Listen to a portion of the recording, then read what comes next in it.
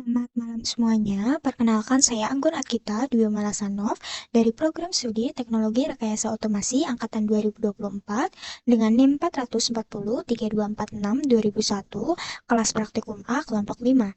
Pada kesempatan kali ini, saya akan mempresentasikan materi mengenai komunikasi SPI atau Serial Peripheral Interface pada sistem embedded dan multi-MCU. Materi ini sangat penting karena SPI merupakan salah satu protokol komunikasi yang paling sering digunakan pada sistem embedded, terutama untuk komunikasi berkecepatan tinggi antara microcontroller dengan sensor, display, memori, maupun device lainnya. Langsung saja kita mulai ke pembahasannya.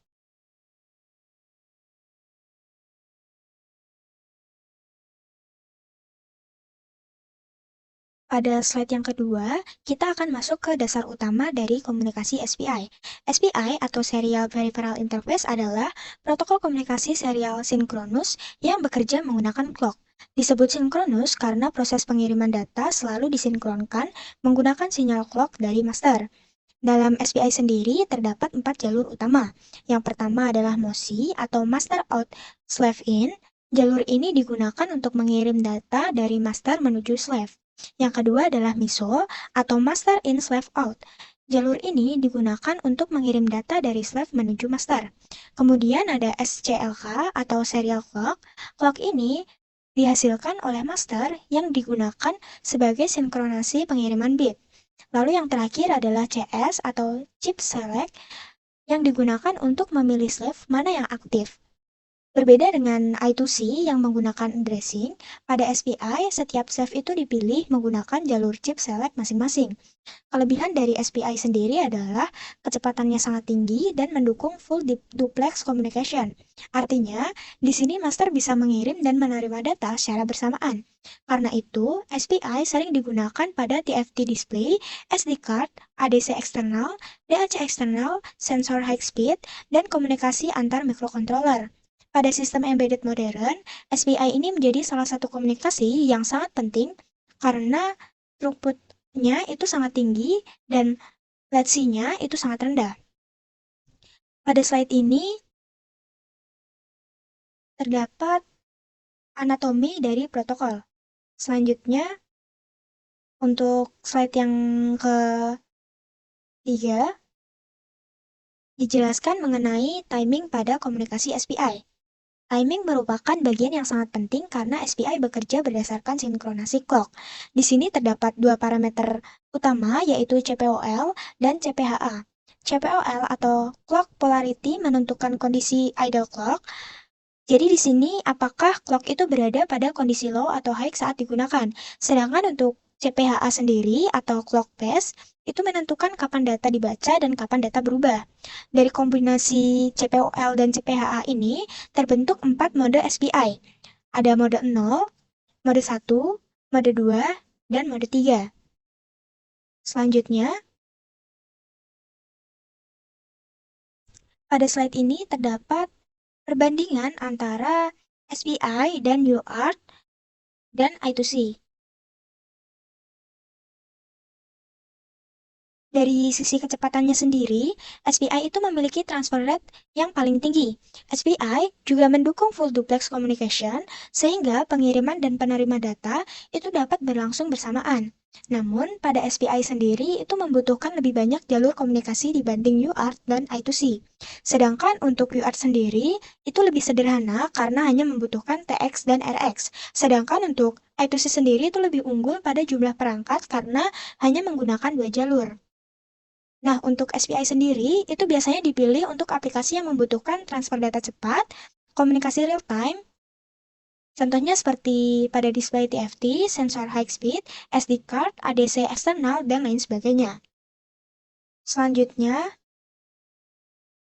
di sini slide yang kelima, itu menjelaskan perbedaan pendekatan antara STM32 dan ESP32. Untuk STM32 sendiri menggunakan hardware SPI peripheral yang lebih deterministik. Artinya, di sini timing lebih stabil dan cocok untuk aplikasi real-time yang membutuhkan presisi tinggi. Sedangkan untuk ESP sendiri itu memiliki GPIO matrix. Untuk GPIO matrix itu membuat pin SPI lebih fleksibel karena jalur komunikasinya itu bisa dipindahkan ke banyak pin yang berbeda. Kelebihan dari ISP sendiri adalah fleksibel desain hardware-nya. Namun, untuk konsekuensinya timing itu bisa sedikit lebih kompleks dibanding peripheral dari STM32. Jadi, untuk pemilihan platform sendiri itu tergantung dari kebutuhan sistem. Jika memang membutuhkan stabilitas timing yang tinggi, maka dapat dikatakan STM32 itu lebih unggul, dan jika membutuhkan fleksibilitas routing pin sendiri, maka sangat cocok untuk ESP32. Seperti itu. Selanjutnya, untuk slide yang keenam, di sini terdapat topologi jaringan dan manajemen chip select. Di sini dijelaskan bagaimana satu master itu dapat terhubung ke banyak slave. Dalam SPI sendiri, semua slave itu berbagi jalur MOSI, MISO, dan SCLK-nya. Tetapi, masing-masing dari slave sendiri itu memiliki jalur chip select sendiri. Nah, master akan mengaktifkan satu chip select untuk memilih slave tertentu. Jika dua chip select itu aktif bersamaan, maka dapat terjadi konflik data pada jalur MISO. Karena itu, manajemen chip select itu sangat penting. Pada sistem besar, biasanya digunakan decoder, multiplexer, atau manajemen software. Nah, di sini untuk topologi SPI sangat cocok untuk komunikasi cepat antar perangkat dalam satu board. Namun, semakin banyak slave, maka semakin kompleks pengaturan dari chip select-nya sendiri. Selanjutnya, untuk slide ke-7, di sini membahas integritas dari sinyal. Pada komunikasi SPI dengan kecepatan tinggi, kualitas sinyal itu dapat dikatakan menjadi faktor penting. Beberapa masalah yang sering muncul itu seperti noise, ground bounce, crosstalk, dan lain sebagainya. Nah, masalah ini tuh dapat menyebabkan bit error atau komunikasi tidak stabil. Untuk mengatasinya, itu dapat digunakan seperti resistor pull up, resistor pull down, jalur PCB yang pendek, grounding yang baik, dan lain sebagainya. Selain itu, troubleshooting dilakukan dengan logic analyzer atau osiloskop untuk melihat bentuk sinyal secara langsung. Nah, integritas sinyal itu menjadi sangat penting, terutama pada frekuensi SPI yang tinggi. Lalu, untuk selanjutnya, pada slide ini dijelaskan hubungan CPU dengan DMA. Jika transfer SPI dilakukan secara polling, maka CPU itu akan sibuk menunggu transfer selesai. Nah, hal ini membuat efisiensi sistem menjadi rendah. Untuk mengatasi masalah ini, digunakan DMA atau Direct Memory Access. DMA sendiri memungkinkan transfer data berlangsung otomatis tanpa membebani CPU atau memori. CPU dapat menjalankan task lain sementara transfer SPI berlangsung di background. Ini sangat penting pada sistem multitasking atau RTOS, karena dengan DMA, penggunaan CPU itu menjadi lebih efisien. Karena itu, DMA sering digunakan pada sistem embedded modern dengan transfer data yang besar. Lalu, slide ini menjelaskan hubungan SPI dengan FreeRTOS. Pada sistem multitasking, banyak tasks bisa mencoba mengakses SPI secara bersamaan. Jika tidak dikontrol, maka akan terjadi rest condition. Untuk itu digunakan mutex. Nah, mutex ini nantinya akan memastikan hanya satu teks yang dapat menggunakan SPI bus pada satu waktu. Selain mutex, interrupt itu juga dapat digunakan untuk notifikasi transfer selesai. RTOS di sini dapat membantu pengelolaan seperti sinkronasi task, lalu proteksi share research, dan efisiensi dari CPU sendiri. Dengan pendekatan ini, sistem nantinya akan jadi lebih stabil, dan untuk kombinasi SPI, interrupt, dan RTOS merupakan dasar penting dalam embedded system modern. Untuk slide yang ke-10, di sini memperlihatkan pipeline sistem akuisisi data. Prosesnya itu dimulai dari sensor yang menghasilkan data, kemudian data dibaca oleh MCU melalui SPI, setelah itu data diproses dan disimpan sementara di buffer. Selanjutnya, data itu dikirim menuju sistem monitoring. Pada sistem nyata, pipeline ini berjalan terus-menerus secara real-time. Karena itu, dibutuhkan komunikasi cepat dan stabil. SPI akan menjadi pilihan yang ideal karena latency-nya itu rendah. Nah, pipeline seperti ini umum digunakan pada sistem monitoring, sensor industri, robotik, IoT, dan lain sebagainya. Pada slide ke-11, dijelaskan mengenai arsitektur keandalan sistem. Di sini, graceful degradation Itu berarti sistem tetap dapat berjalan walaupun sebagian komponen itu mengalami kegagalan. Contohnya, jika salah satu sensor SPI gagal, maka sistem tetap melanjutkan operasi menggunakan sensor lain. Nah, pendekatan ini penting untuk meningkatkan reliability dari sistem. Dari seluruh pembahasan yang telah dijelaskan, dapat disimpulkan bahwa SPI atau Serial Peripheral Interface merupakan protokol komunikasi yang sangat penting pada sistem embedded. SPI itu memiliki keunggulan utama pada kecepatan transfer data yang tinggi. Karena keunggulannya tersebut, SPI banyak digunakan pada komunikasi dengan sensor, display, SD card, ADC, DAC, maupun komunikasi antar microcontroller. Namun, implementasi dari SPI juga membutuhkan perhatian pada beberapa aspek penting, mulai dari pengaturan timing, lalu penggunaan interrupt, DMA, dan lain sebagainya. Mungkin itu saja yang dapat saya sampaikan. Selanjutnya, saya akan memperlihatkan dan menjelaskan demonstrasi yang sudah kami lakukan pada saat praktikum. Percobaan yang pertama. Sistem yang dibuat adalah tampilan LCD TFT ST7735 menggunakan komunikasi SPI pada microcontroller ESP32. Sistem ini digunakan untuk menampilkan teks pada layar TFT sekaligus mengubah warna background secara otomatis. ESP32 berfungsi sebagai pengendali utama yang mengirimkan data tampilan ke LCD melalui komunikasi SPI sehingga tampilan dapat berubah dengan cepat dan real time. Di sini terdapat programnya untuk TFT MOSI pada pin 19, TFT SCL card pin 18, TFT CS5, TFT DC2, TFT RST4. Untuk programnya kurang lebih seperti ini. Di sini terdapat warna dan teks yang nantinya akan tampil. Lalu di sini nantinya akan tampil kelompok 5, anggota Fareza, Fikri, Ucup, Anggun.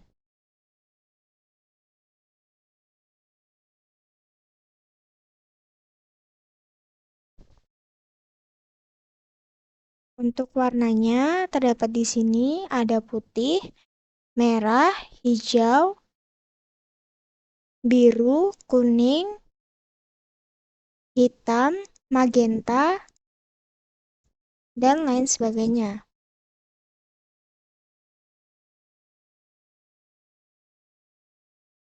Nah, untuk programnya sendiri itu bekerja dengan cara menginisialisasi LCD TFT terlebih dahulu agar nantinya layar itu siap digunakan.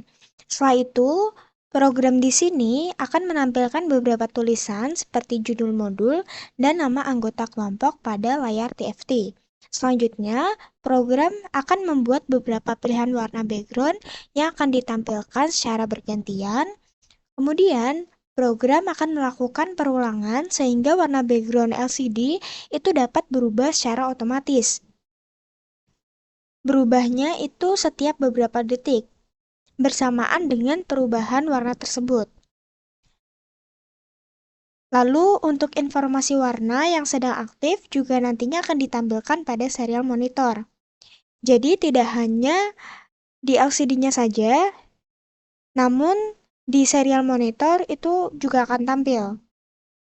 Nah, selain itu, program juga akan menyesuaikan warna teks dengan background agar tulisan itu tetap terlihat jelas dan mudah dibaca. Lalu, di sini saya akan memperlihatkan demonstrasinya.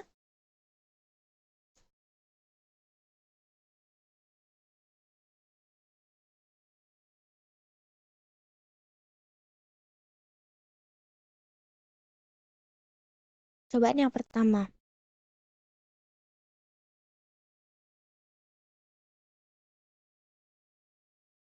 Di sini untuk program yang sudah saya jelaskan tadi,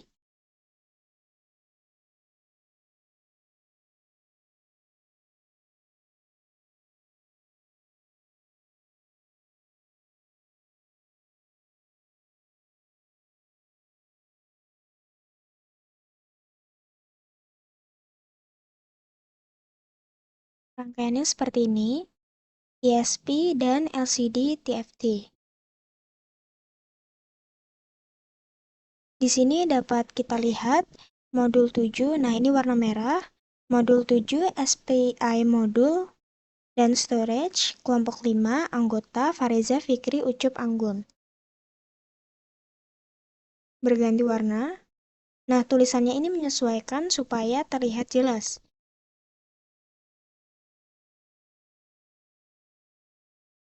Nah, seperti itu.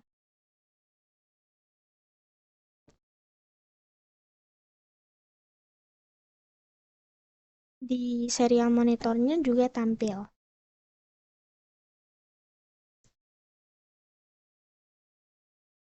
Nah, di sini background color white berganti merah. Jika berganti, nanti di serial monitornya juga akan tampil. Di sini hijau, di sini biru. Nah, ini kurang lebih seperti itu. Pada percobaan yang kedua, sistem yang kami buat adalah komunikasi SPI antara SP32 dan STM32. Sistem ini digunakan untuk mengirim dan menerima data antar microcontroller menggunakan protokol SPI.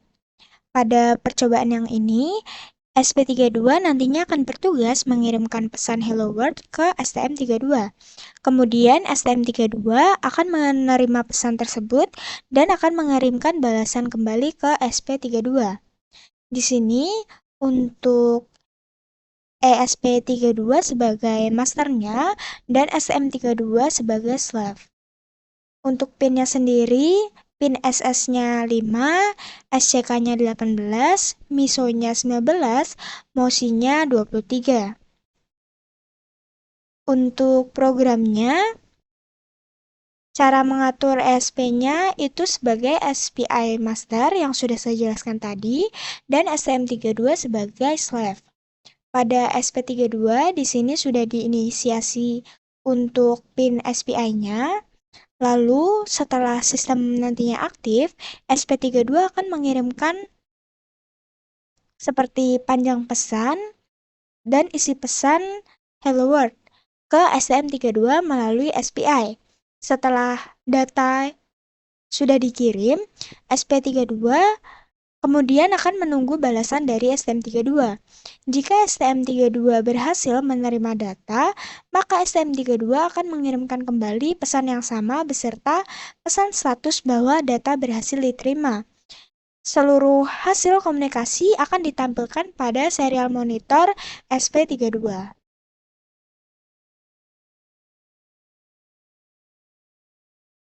Selanjutnya, untuk demonstrasinya dapat kita lihat.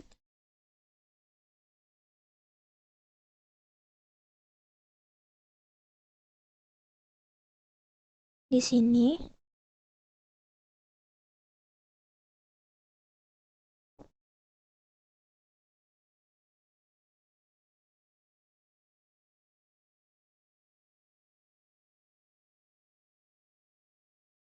nah, ini untuk program yang tadi. Ini ada masternya, SP32 SPI Master, Start, dimulai, lalu Hello World. Nah, ini untuk ISP-nya dan STM-nya. Di sini, Master mengirimkan pesan Hello World. Selanjutnya,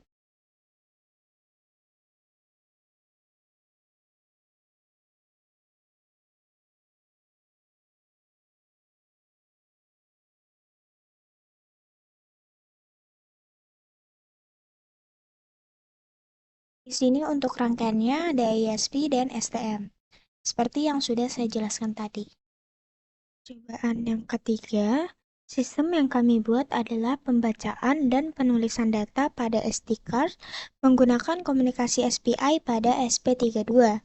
Sistem ini digunakan untuk menyimpan, membaca, menambah, mengubah, dan menghapus file pada SD card melalui antarmuka SPI.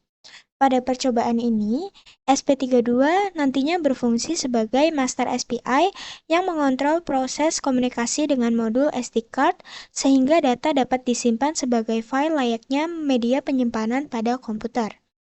Di sini untuk programnya, program ini nantinya bekerja dengan cara menginisialisasi terlebih dahulu SPI bus dan SD card agar sistem penyimpanan dapat digunakan.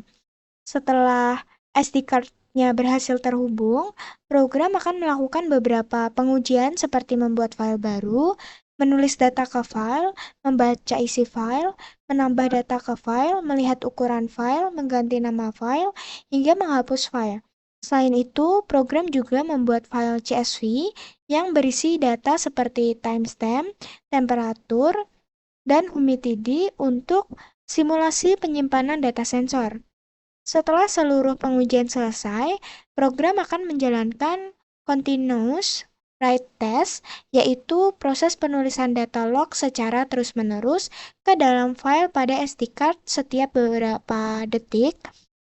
Lalu, seluruh aktivitas seperti proses write, read, open, rename, dan delete akan ditampilkan pada serial monitor sehingga pengguna dapat melihat status operasi SD card secara real-time. Untuk programnya kurang lebih seperti itu. Selanjutnya saya akan memperlihatkan demonstrasinya.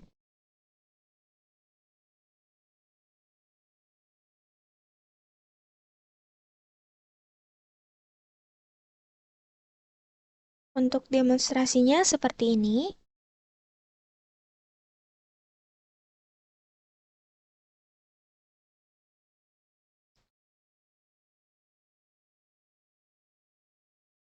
Nah, ini untuk rangkaiannya, dan ini untuk SD card-nya.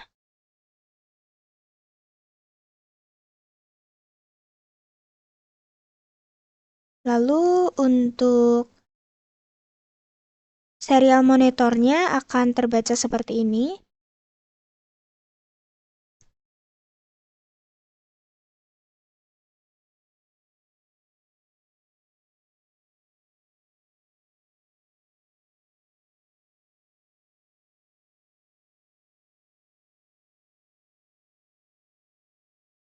Di sini ada SD card appending to file. Lalu ada SD card write.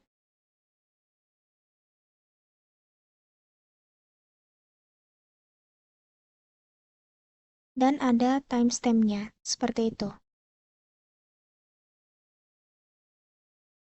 Pada percobaan terakhir atau percobaan yang keempat, sistem yang dibuat adalah komunikasi SPI menggunakan SP32 dengan dua perangkat sekaligus, yaitu microSD dan LCD TFT ST7735.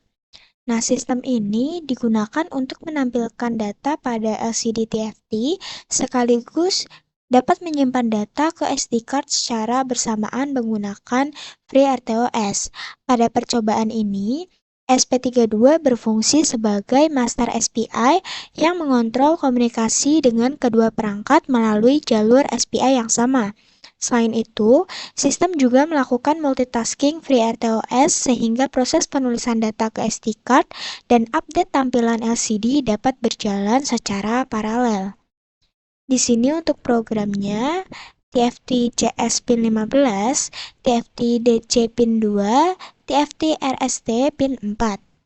Untuk mosinya GPIO 23, MISO-nya GPIO 19, SCK-nya GPIO 18. Program di sini bekerja dengan cara menginisialisasi SPI, SD card, dan LCD TFT terlebih dahulu. Kemudian, semua perangkat setelah siap, program akan membuat beberapa task FreeRTOS, yaitu task yang pertama, task generator data, yang kedua, task penulisan SD card, dan yang ketiga atau yang terakhir yaitu task update LCD. Untuk task yang pertama, di sini data generator itu bekerja setiap 1 detik untuk membuat data berupa tulisan Hello World. beserta nomor counternya. Setelah data dibuat, task tersebut akan mengirim notifikasi ke task SD write dan task LCD updater. Task SD write kemudian akan menyimpan data ke file pada SD card lengkap dengan timestamp. Sedangkan untuk task LCD updater itu akan menampilkan data yang sama pada layar TFT. Lalu, semua aktivitas seperti data dapat berhasil disimpan ke SD card dan data dapat berhasil ditampilkan ke LCD juga, ditampilkan pada serial monitor sebagai indikator bahwa sistem berjalan dengan baik. Nah, di sini kurang lebih untuk programnya seperti ini. Lalu, saya akan memperlihatkan demonstrasi dari praktikum yang sudah kami lakukan.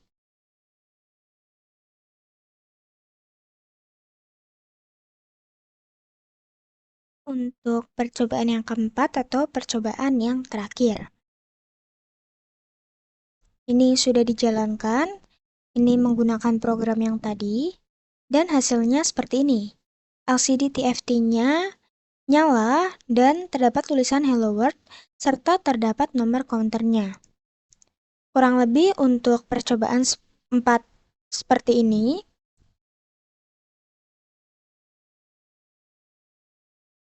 Mungkin itu saja yang dapat saya sampaikan dari presentasi dan demonstrasi tugas 9 modul ke-8 SPI. Kurang lebihnya mohon maaf dan terima kasih.